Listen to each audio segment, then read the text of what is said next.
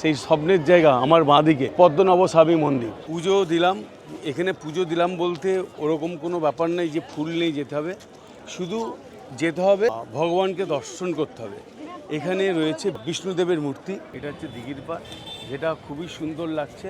তো আমার আইডিয়াতে লক্ষ্য পার হয়ে যাবে প্রদীপ আছে, যেগুলো জ্বললে খুব সুন্দর লাগবে।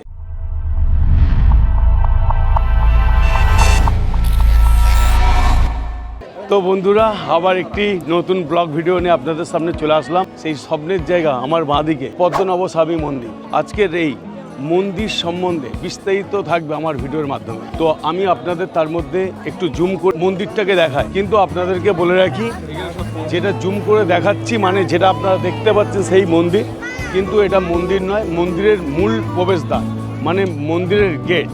তো আমরা ওই মন্দিরে প্রবেশ করব, ওই গেটটার ভিতর দিয়ে আমাদেরকে যেতে হবে। সমস্তটাই আমি আপনাদেরকে দেখাবো, কিন্তু এখন জুম করে মন্দিরটাকে আপনাদেরকে দেখাই।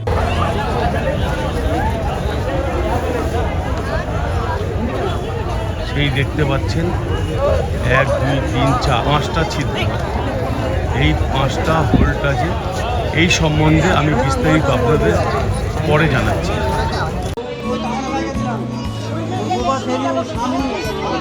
দেখুন, সবাই হচ্ছে ধুতি আর ধুতি পরে আছে, আর একটা ধুতি গায়ে আছে, কেউ ধুতি পরে আছে আর কেউ খালি গায়েও আছে। এটাই মন্দিরের নীতি মেনেই সবাই চলে। এখন এই এসে গেছি পুরো মন্দিরের কাছে, এখন এই মন্দিরের সামনে চলে এসেছি। এই হচ্ছে মন্দির, মন্দিরের মেন দ্বার মানে মন্দিরের প্রবেশদ্বার। এখন আমি মন্দিরে প্রবেশ করব, কিন্তু এখানে ভিডিওগ্রাফি করা যায় না বা ফটোগ্রাফি করা যায় না, তাই ফোনটা আমার এই দাদা মেজদা যাচ্ছে না।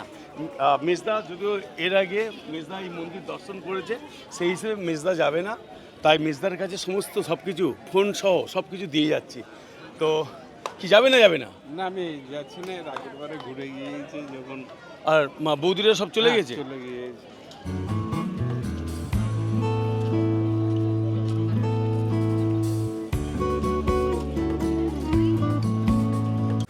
বন্ধুরা, দক্ষিণ ভারতের কেরালা রাজ্যে তিরুবনন্তপুরমে অবস্থিত এই পদ্মনাভ স্বামী মন্দিরটি হল বিশ্বের সবচেয়ে বড় ধনী মন্দির। এই মন্দিরে রয়েছে একটি গুপ্তঘর, যেখানে গচ্ছিত আছে সোনার অলংকার, মণিমুক্ত, আরও কত কিছু। এই ধনসম্পত্তি পাহারা দেয় নাকি স্বয়ং নাগরাজ। এই মন্দিরে রয়েছে ভগবান বিষ্ণুর অনন্ত সজ্জার মূর্তি। এতদিনে মন্দিরে থাকা 6টি ভোল্টের মধ্যে সুপ্রিম কোর্টের আদেশ অনুসারে 2011 সালে 5টি ভোল্ট খোলা হয় আইপিএস টিপি সুন্দর রাজনের পিটিশনের ভিত্তিতে। যেমন ACDE আর F, তাতে পাওয়া গেছে প্রচুর সোনা, হিরে এবং মূল্যবান রত্ন।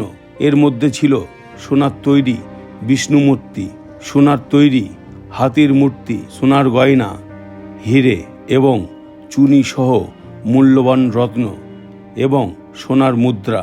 এই ধনরত্নগুলি কেবল মূল্যবান ছিল না, ঐতিহাসিক দিক থেকেও খুব গুরুত্বপূর্ণ ছিল। ওই বছরে 17 জুলাই টিপি সুন্দররাজন মারা যান, কিন্তু 6 নম্বর ভোল্টটি অর্থাৎ বি ভোল্টটি কোনো মতেই খোলা সম্ভব হয়নি।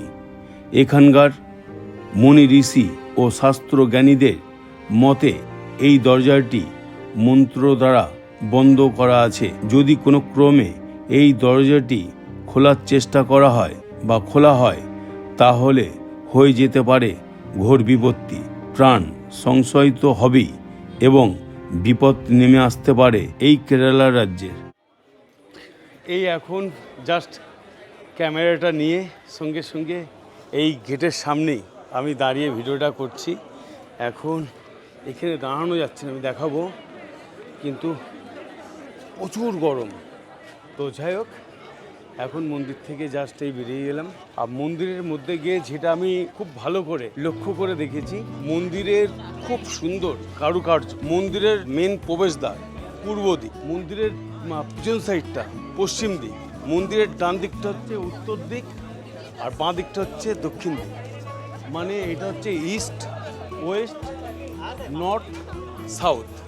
এই হচ্ছে মূলত 4টে গেট আছে, কিন্তু মেন প্রবেশদ্বার কিন্তু এটা। আরও বাকি যে 3টে গেট আছে ওখান দিয়েও সবাই ঢুকতে পারে, কিন্তু আমরা ঢুকেছি পূর্ব গেট। এই যে পূর্ব দিকে যে গেটটা আছে এই গেটটাতে ঢুকেছি, তার কারণ প্রতিটা জায়গায় মন্দিরে গেটটা হয় পূর্ব দিক, সেই হিসেবে আমরা পূর্ব দিকটাই বেছে নিয়েছিলাম। পুজো দিলাম, এখানে পুজো দিলাম বলতে ওরকম কোনো ব্যাপার নেই যে ফুল নিয়ে যেতে হবে, শুধু যেতে হবে ভগবানকে দর্শন করতে হবে।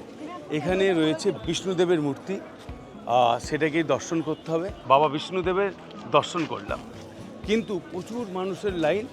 আমরা যে সময় ঢুকেছিলাম তার কিছুক্ষণ পরেই গেট বন্ধ হয়ে গিয়েছিল। গেট বন্ধ হয়ে গিয়েছে ঠিক বেলা 12টার সময়। আর কিছু টাইম দেরি করলে আমরা এর মধ্যে আর প্রবেশ করতে পারতাম না।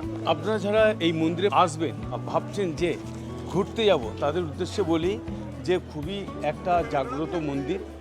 এখানে আমি শুনেছি ভারতবর্ষের একটা বহু নামকরা মন্দিরের মধ্যে এটা আরেকটা নামকরা মন্দির। কিন্তু মন্দিরের পূর্ব দিক দিয়ে যেখান দিয়ে ঢুকলাম ঠিক তার ডান দিক দিয়ে হচ্ছে লাইন, প্রায় 20 ফুট চওড়া বিশাল এরিয়া নিয়ে। এই প্রথমে রাইট সাইড যেতে হবে, তারপর স্ট্রেট, তারপর বাঁ দিক লেফট সাইড, তারপর আবার আসতে হবে এই সামনের সাইড, তারপরে মন্দিরে প্রবেশ করতে হবে। তো এতখানি লাইন দিয়ে আমরা ঢুকেছিলাম। এখানে টিকিটও আছে, 50 টাকা এবং 300 টাকার টিকিট আছে, হয়তো তার থেকে বেশি থাকতে পারে, আমি বলতে পারবো। আমরা টাকা ছাড়া ফ্রি লাইনে আমরা গিয়েছিলাম, তার কারণ জাগ্রত মন্দিরে যখন যাচ্ছি কষ্ট করেই পুজো দেব। এই কেরালা রাজ্যটা প্রচুর গরম, তো যখন ভিতরে ঢুকেছিলাম এতখানি ঠান্ডা যে বলে বোঝাতে পারবো না। আর কোনো পাখা লাগানো নেই, কোনো এসি নেই, কিন্তু খুব ঠান্ডা। একদম আমাদের কোনো অসুবিধা হয়নি দাঁড়াতে, তার কারণ ভিতরে যথেষ্ট ঠান্ডা ছিল।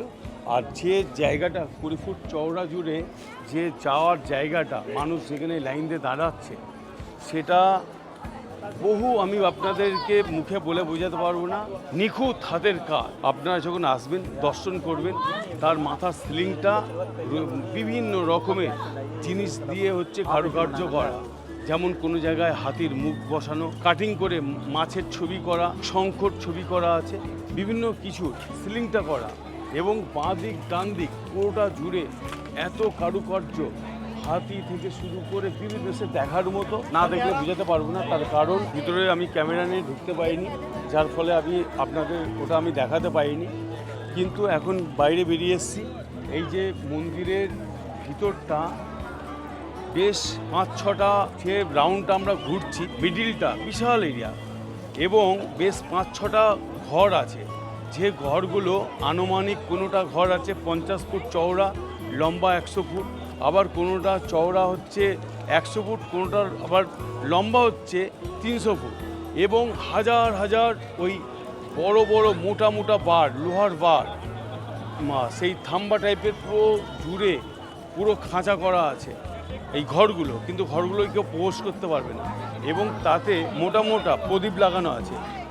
আর ওতে সন্ধেবেলা কিংবা কোনো একটা সময় ওই প্রদীপগুলো জ্বালানো হয়। আমি গুনিনি যদিও, তো আমার মনে হয় লাখের কাছে প্রদীপ আছে।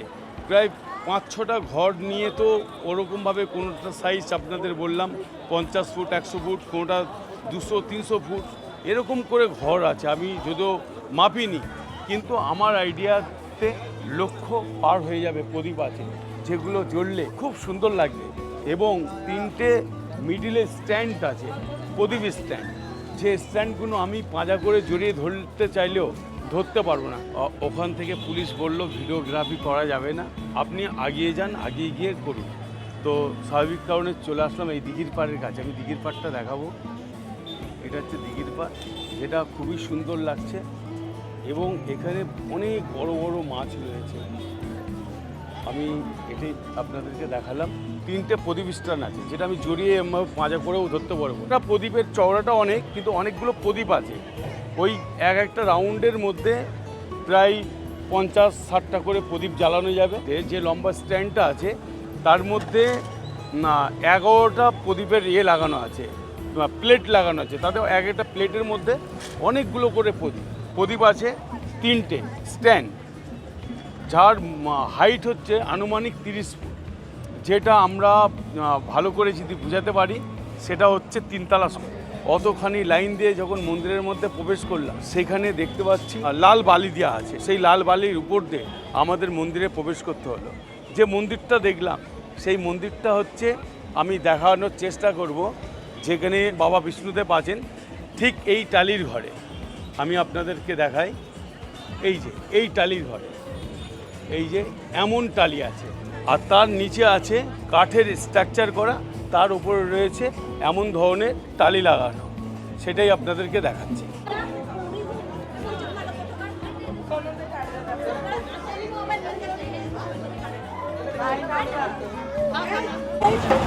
এখন এটার বাইরে আমি চলে এসেছি। মন্দির সম্বন্ধে কিছু তথ্য আপনাদের কাছে দিয়ে রাখি। এই মন্দিরটি ভারতে অবস্থিত, দক্ষিণ ভারতে কেরালা রাজ্যে তিরুবনন্তপুরমে পদ্মনাভ স্বামী মন্দির হিসেবে পরিচিত। কেউ কেউ বলে বিশ্বের সবথেকে ধনী মন্দির। এই মন্দিরে আছে একটি গুপ্তঘর, নাকি সেই গুপ্তঘরে রাখা আছে মণিমুক্ত এবং সোনার অলঙ্কার। শোনা যায় এই যে মণিমুক্ত আছে সেগুলো পাহারা দেয় স্বয়ং নাগরা। এই মন্দিরে আছে ভগবান বিষ্ণুদেবের মূর্তি। যে আপনারা যদি মনে করেন শুধু অনলি এই মন্দিরটাই আসবো, তাহলে আপনারা কলকাতা থেকে ট্রেনে বা ফ্লাইটেও আসতে পারেন। যদি আপনারা ফ্লাইটে আসে তিরুবনন্তপুরমে আসতে হবে, আর ট্রেনে করে আসলেও তিরুবনন্তপুরমে আসতে হবে। 10 দিনের ট্যুর ছিল। আমরা প্রথম গিয়েছিলাম কোচিতে, কোচি থেকে আমরা সোজা চলে গিয়েছিলাম মুন্নার, মুন্নার থেকে থ্যাকেডি থেকে আসার পর এলইপিতেও গিয়েছিলাম। তারপর এলইপি থেকে চলে আসি বারকালা, আর বারকালা থেকে আমরা এই মন্দিরে আসলাম। আমাদের আসতে টাইম লাগলো 35 মিনিট, কিন্তু যে এজেন্সির মাধ্যমে আমরা এসেছি সেই এজেন্সি আমাদের একটা বড় বাস দিয়েছিল। কিন্তু আমরা এই যে 9 দিন ধরে ঘুরলাম তার জন্য একটা বাস দিয়েছিল, সেটা ছিল 30 সিটারের বাস। যদিও কালকে বাসটাকে ছাড়তে হয়েছে, আজকের আবার অন্য গাড়ি দিয়ে, সেটা ফ্রি অফ কস্টে।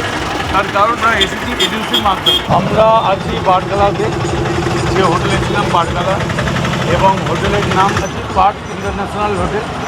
এবং এই পার্ক ইন্টারন্যাশনাল হোটেল থেকে আমাদের মন্দিরে আসতে লাগলো 13.7 কিলোমিটার, যার টাইম লাগলো প্রায় 35 মিনিট।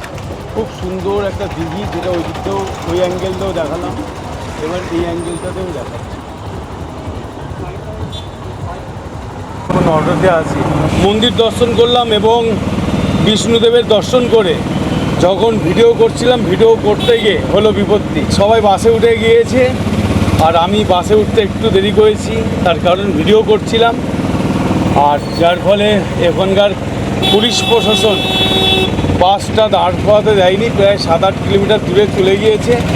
এখন আমি আর বাসের কন্ডাক্টর দুজনে এই অটোতে আছি, একটা মিউজিয়ামের কাছে বাসটা দাঁড়িয়ে আছে, ওখানে যাচ্ছি মূলত। তো যাই হোক, কী আর করা যাবে, ভিডিও করতে গেলে এরকম ভুলভাল কিছুটা হয়, কিছুটা বিপত্তির সম্মুখীন হতে হয়। তো ভিডিও আর বেশি বড় করবো না, যতটা পারলাম আপনাদেরকে দেখালাম এই ব্লগ ভিডিওর মাধ্যমে। তো যাই হোক, ভিডিওটা শেষ করছি। ভালো থাকবেন, সুস্থ থাকবেন, বাই।